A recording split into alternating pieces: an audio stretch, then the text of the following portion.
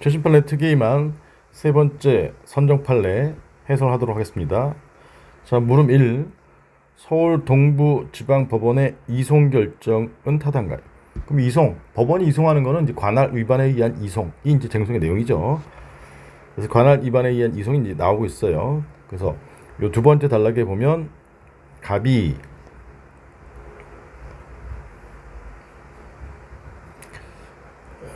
19년 2월 26일 날 민사사건에 관한 합의가 날에 따라서 이제 서울 동부지방법원에 민사송을 제기했죠. 민사송. 19년 2월 26일 날 서울 동부지방법원에. 근데 요 법원이 19년 6월 28일 날 이게 이제 매매계약의 해제라고 이제 봤었는데 거기에 이제 처분으로 본 거죠. 이 청구는 이 사건 공장 이주대책 대상자 선정 결정이 잘못됐기 때문에 취소 처분이고 그 취소 처분을 효력을 다투는 행정소송에 속한다. 예컨대 취소송이다. 라는 이유로 처분이니까 이 처분과 관련된 관할 법원이 어디냐? 관할 법원이 수원지방법원 본원 합의부다. 합의부. 요건 이제 위에서 두 번째 줄에 요 토지가 관련돼 있는데 토지 관할 구조 사망이죠. 구조 사망 특별재판적으로서 토지 부동산 소재지의 관할 법원이니까 수원지방법원 본원 합의부여서 요 서울 동부 민사지방법원에서는 관할권이 없어서 행정법원인 요 수원지방법원 본원 합의부로 이송을 했다. 그래서 이송 결정은 타당한가? 타당하다. 그래서 요 내용은 요 취소 처분과 관련된 관할을 써주는 것이에요. 심사 토지 관할 가운데 특히 구조 지문에 나와 있는 게 구조 사망이죠. 구조 사망 토지 소재지인 수원지방법원 합의부의 관할권이 있기 때문에 따라서 이송 결정은 타당하다. 그다음 물음 2번. 그래서 물음 1 관할은 거의 안 나왔기 때문에 특 A급으로 볼 수 있어요. 물음 2번.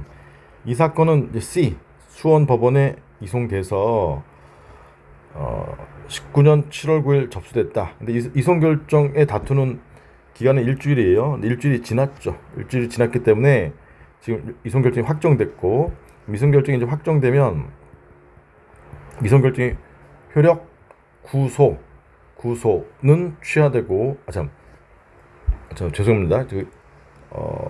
요 민사송이 수원법원에 처음부터 계속된 것으로 보는 거죠. 처음부터 계속된 것으로 본다. 그래서 요 19년 2월 26일 날 계속된 것으로 본다. 그게 이제 소변경 관련된 내용이 되는 거죠. 근데 갑은 이제 민사송을 이제 취소송으로 소변경 해야 될 거 아니에요. 그래서 7월 18일 날 요 취소 처분에 대한 취소 소송으로 청구 취지 변경, 소변경 신청했고 법원이 허가 결정했다. 그러면 이제 민사 소송을 취소 소송으로 소변경하는 거죠. 근데 얘는 행서법에 없으니까 8조 2항에 따라서 민사 소송법에 따라서 소변경하는 것이고 긍정설, 부정설 등이 대립하고 판례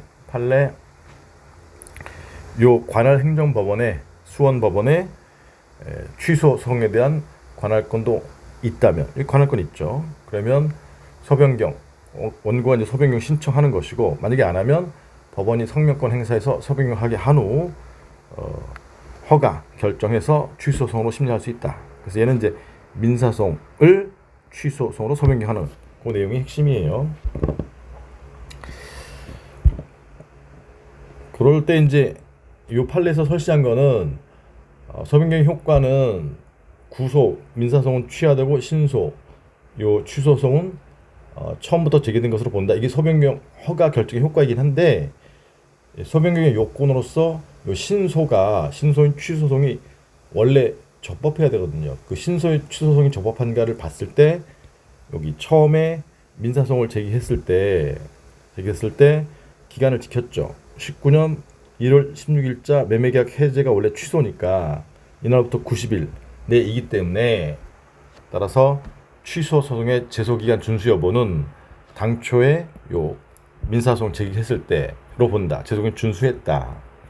판례가 이제 소변경의 효과도 논거로 들고 있지만 제 개인적으로는 이송 결정의 효과 요 민사소송이 처음부터 제기된 것으로 보기 때문에, 따라서 이송결정의 효과로 취소소송도 처음부터 제기된 것으로 봐야 기간 준수 이렇게 볼 수 있을 것 같아요.